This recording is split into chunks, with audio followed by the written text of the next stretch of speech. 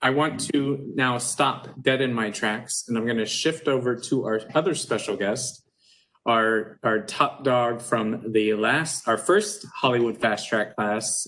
Stefano Selorio is with us, and we only have him for, I think, just before 7, right, Stefano? Stefano, right? Yeah. I'm always Stefanoing you. It's Stefano. It's okay. Can you guys hear me? I'm trying to get used to WebEx. Okay. I saw the thumbs up from Marina, so that's a yes. Good evening, everybody. My name is Stefano Selorio, and thank you, Herb, for that. I actually saw Mayor Levy. We attended a conference meeting this morning with NSU, and he was just talking about the fact that they were going to have a decision to talk about moving from 10 p.m. to 11 p.m. So we'll see what they decide on that. But yes, I do have to go around 7 o'clock because I'm helping out the Rotary Club with their Zoom meeting, and I'm hosting that one as well. So, what do you want me to go over first, Herb? Okay, if you want to share your screen, I'm not pressuring you into that, but I moved you to a presenter. So I love how you asked me that question after you give me the rights to share my screen. Yeah. Let me. I think what they would like to see is maybe if you could go through your 7-minute pitch that you had done, and pitch your business. I think that they would appreciate that.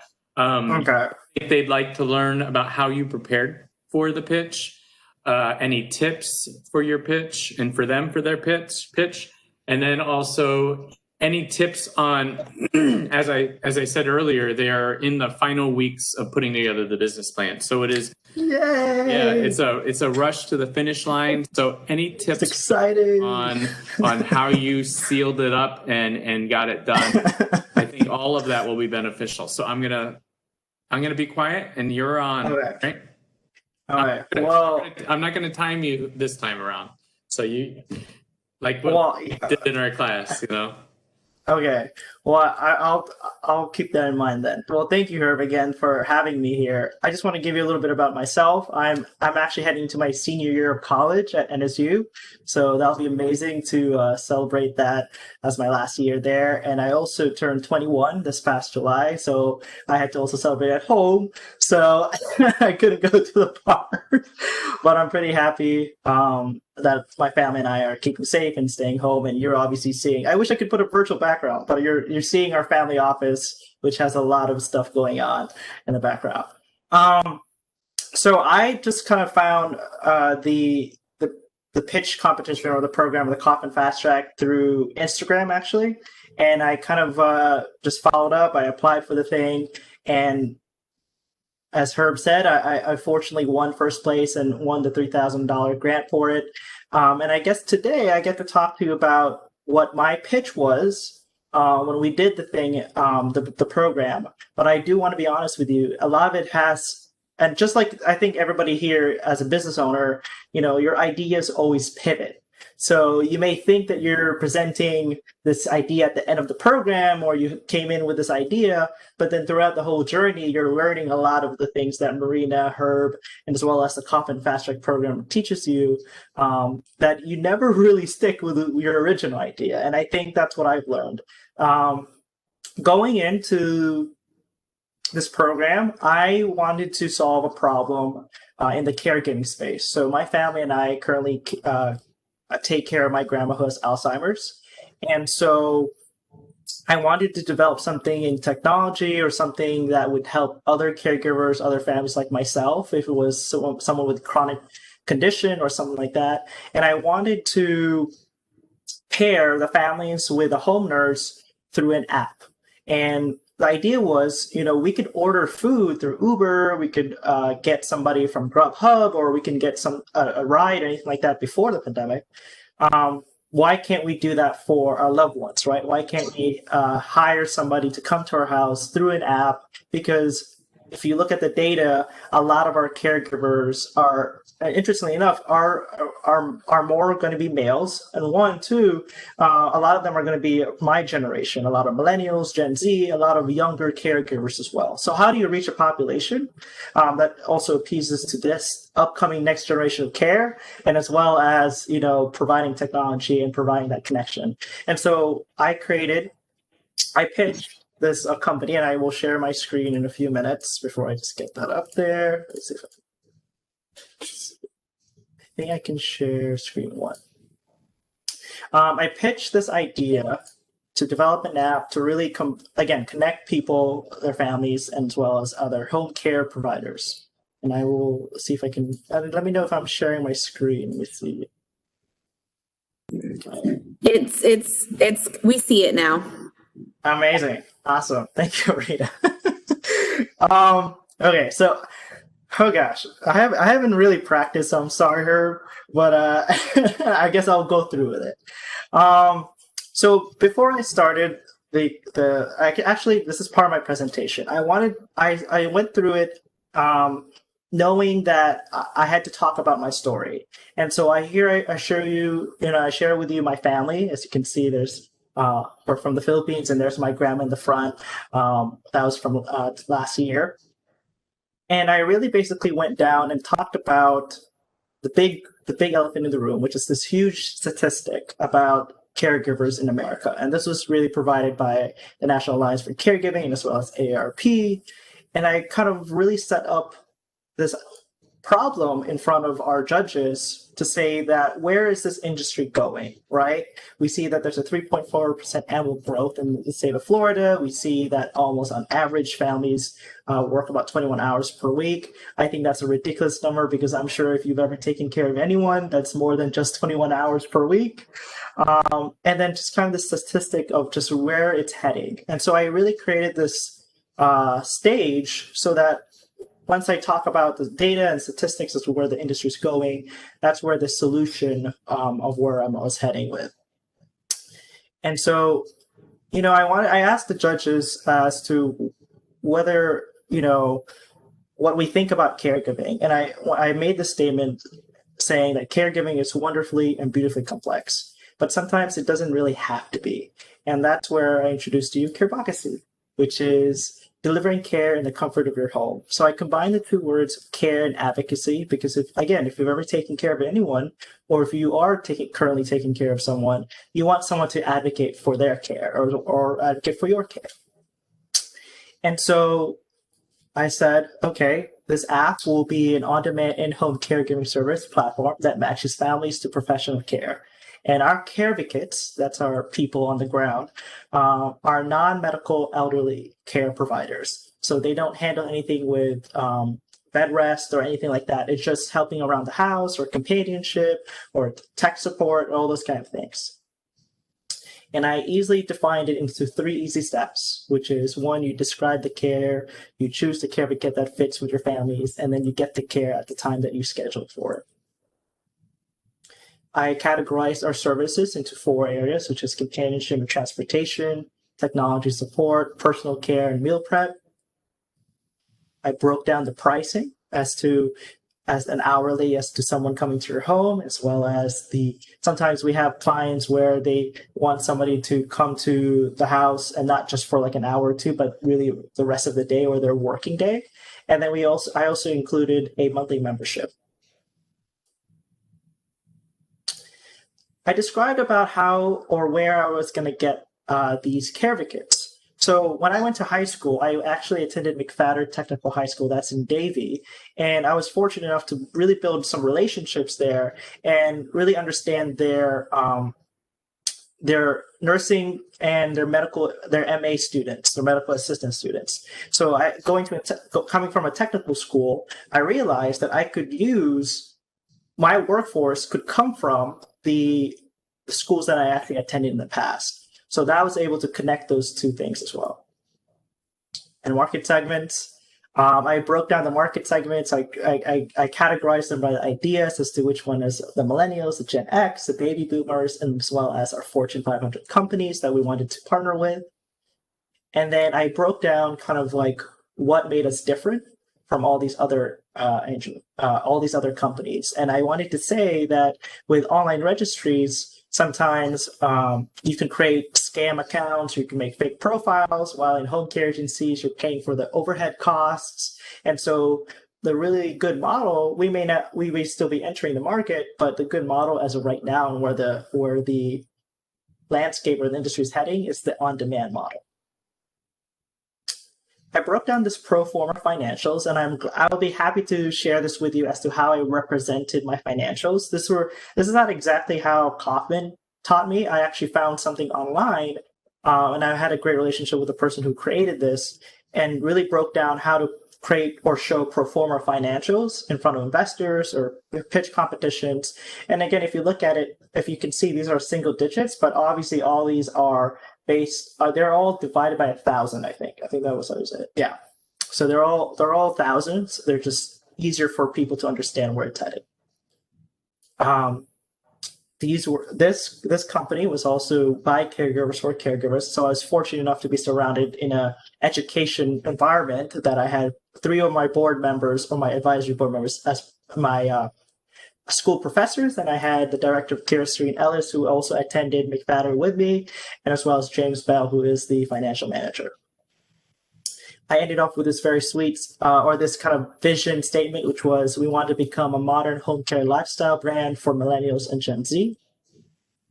And I asked the audience, well, would you like to be the next generation of care? And then kind of like, this was like a shameless plug to kind of like do some testing and volunteer moments from the crowd. And then a little bit at the end, because I think I was the last person, or was it the first? Yeah, I think I was the last person, and this is not anything else, but I included this group picture or collage of everybody and our kind of our whole team of what we went through that program.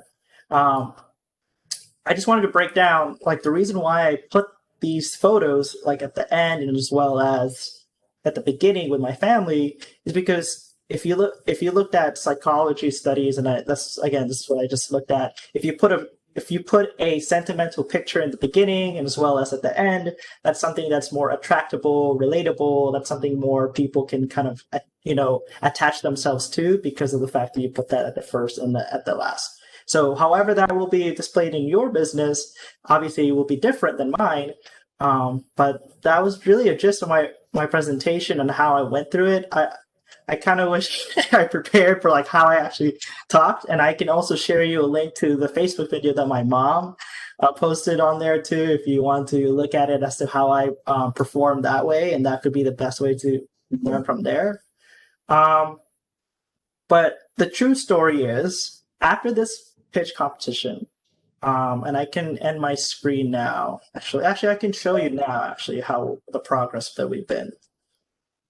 Let's see if I could show you.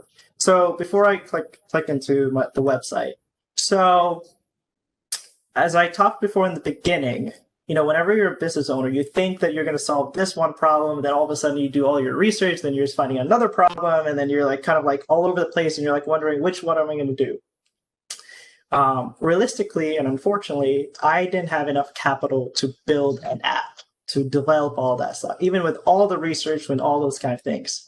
And so I asked myself, what could I do in the moment to really build a business, build something that's recurring, and just really have a good customer base? So I broke down all those services that we recently had, and I just remember, and this is also going on in the program too, that I will always be the youngest person in the room that always knows how to handle technology. So I thought, why not help seniors specifically and go kind of really niche it down and help seniors or older adults with technology. And we'll start from there, right? I don't have to do personal care, meal prep, or companionship, which causes a lot of other liabilities. We'll just help them with educating them through technology. And that's where Carevocacy has become right now, where we really help a lot of older adults learn about technology so that they stay connected with their families. And we are still going through this mission and vision of being able to bring this generation to the age of tech, but also becoming an advocate for them, really talking to them, understanding them, not just being that tech support that just, sends them to a link or something. Because as you might know, a lot of our elderly folks are not that easily like go to a link or go to an email. A lot of them are phone, text, and surprisingly, a lot of them are also in Zoom as well. I will be honest with you, it wasn't easy because when you ever pivot anything, you've been telling all these people again that you've been doing this, and now you're going to do something else. So pre-pandemic, it was really good because we were visiting homes for elder adults and helping them out. And now the biggest problem that we had in the beginning of the pandemic and the lockdown was how do you, I mean, I don't know, this is an obvious question, but do you guys think it's a good idea to visit, older adults' homes right now during a pandemic and helping them out with their technology? It's a yes and no question sometimes. But we decided to not visit any older adults just because of the safety, and especially with my family's work, as well as just try to keep everybody safe and lower down the numbers. And so it was hard. So it was really hard for me personally to pivot and also bring this generation that never was really online. Sorry, my house is talking. Bring this generation to online when they were never there before. So those were just kind of things I went through. Before I'm going to stop talking soon so I can, I would love to talk with you guys and get to know you guys and answer your questions. But I want to show you the current website right now. So this is Carevocacy, and once you hit, it's carevocacy.com. If you ever have a chance to check it out, please let me know. I'd love your feedback. But we make it so user-friendly for our seniors. We made sure the font is big enough, it's easy.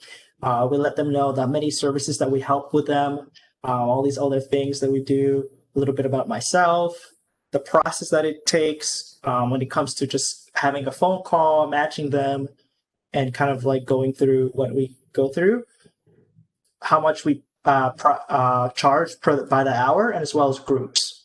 And then we have a question for you. Okay, so are you offering your services, your staff to go into hospitals, nursing homes? Have you partnered? Because then the liability wouldn't be that much because you can go under as a subcontractor, right? I feel like you're gonna give me so many good ideas just from the conversation with Mayor Levy. Well, you're young. I'm proud of you. Thank you. Thank you. I appreciate it. And I'm glad that you brought that up, Tara, because yes, those are the big things right now, right? But the biggest problem I personally run into is having those conversations, right? Who do I go to? Who do I talk to? Who do I go and make those connections with to have those things? Because at the same time, a lot of the problem in my business phase is the fact that not everybody actually knows how to get online or how to even teach through this thing. And that's one of the biggest things. And, fortunate for me, everybody understands that we have to be online and that we have to do these things virtually.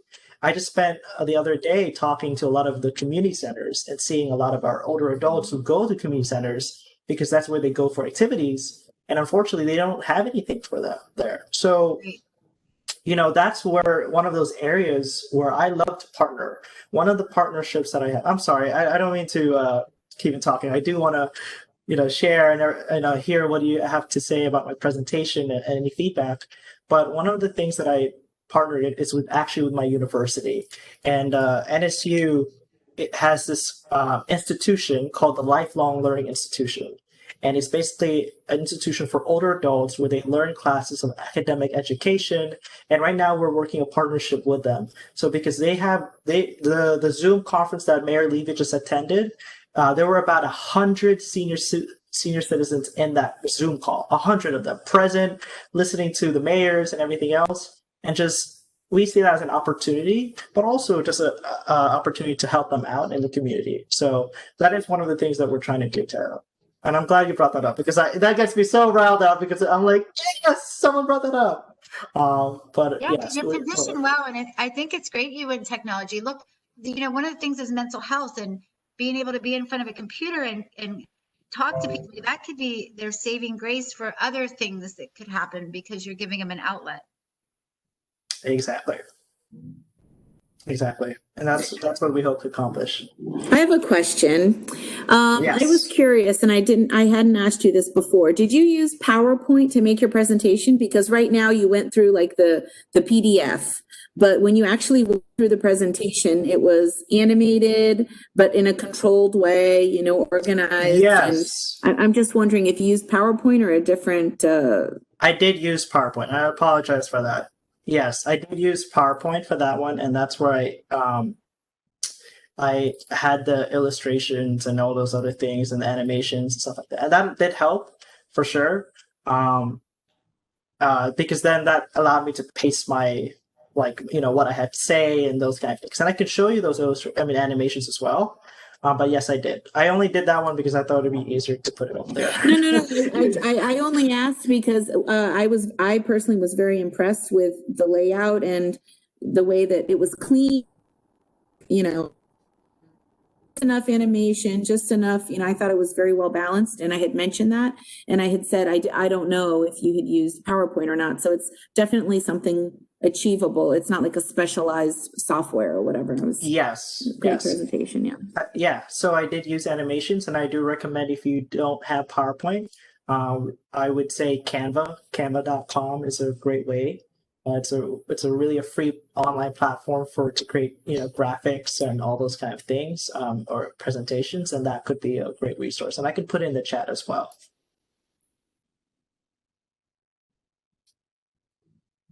What website did you use to create your web?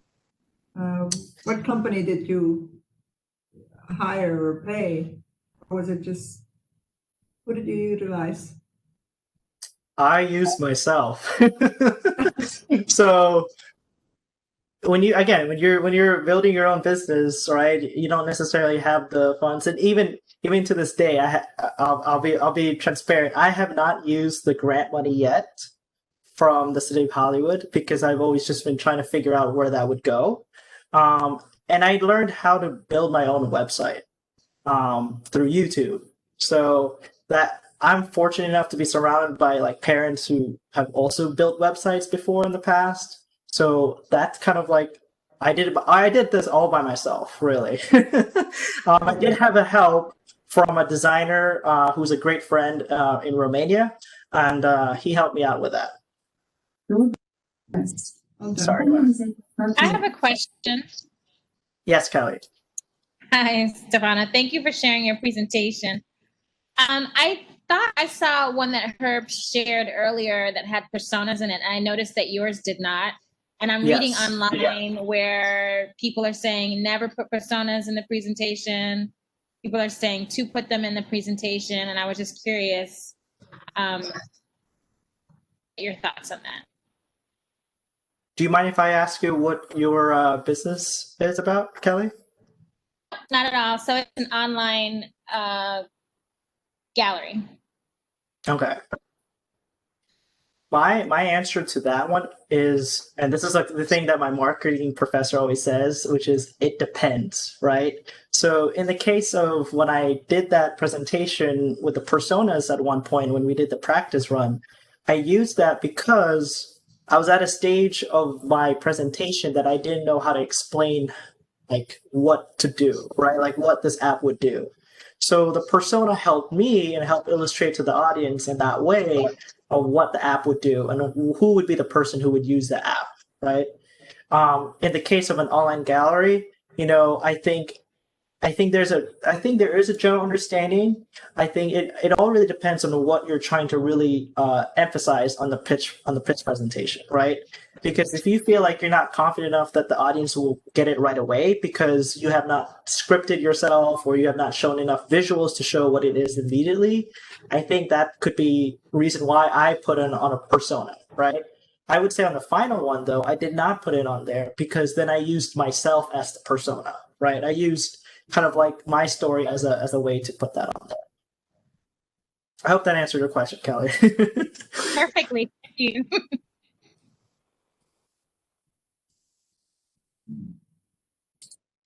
Any other questions for Stefano? I guess I'll go again. Stefano mentioned that he would pass the information information with us. I was just wondering if that will come in the group email, or how will we be able to stay connected with him? Yes. So my best tool, and again, I can also share it with Marina as well. But if you like, you can connect with me on LinkedIn. I'm very active on there, as Marina knows.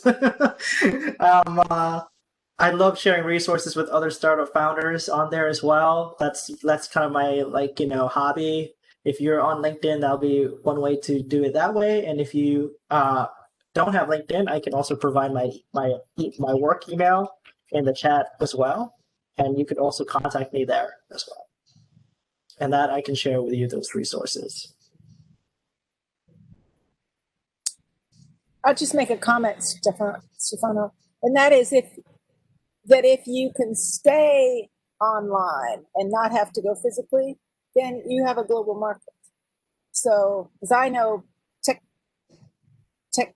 I know older people that need your help, but they're in Connecticut, but you could help them. So it doesn't have to be a local kind of service. Yes. Thank you. Is it Lee or Len? Yeah. Len? And so, yes, thank you, Len. Yes, we saw that opportunity.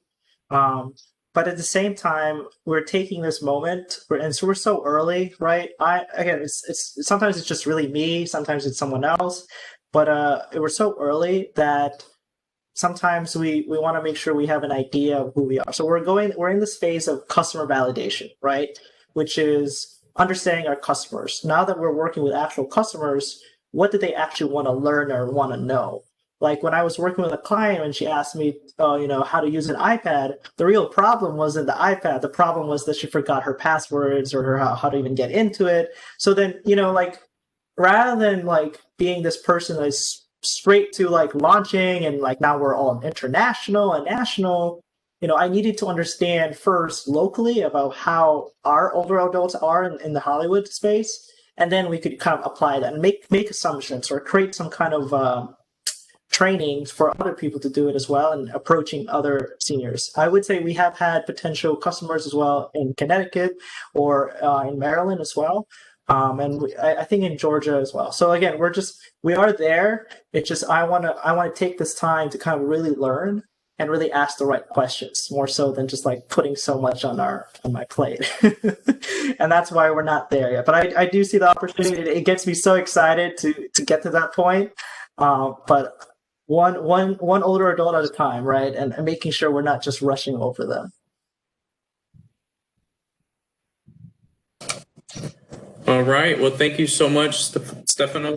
I was just emailing Marina that I think it would be a good idea for us to reconvene that first group of fast trackers, and maybe we'll pick a date in September to convene and catch up with you guys. I think that would be a great thing to do, and be nice to see all our friendly faces. But I want to thank you for joining us, and your feedback and your tips were very helpful, I'm sure, to the group. All right. Yes. Thanks Thank you, so much. guys. Bye, everybody.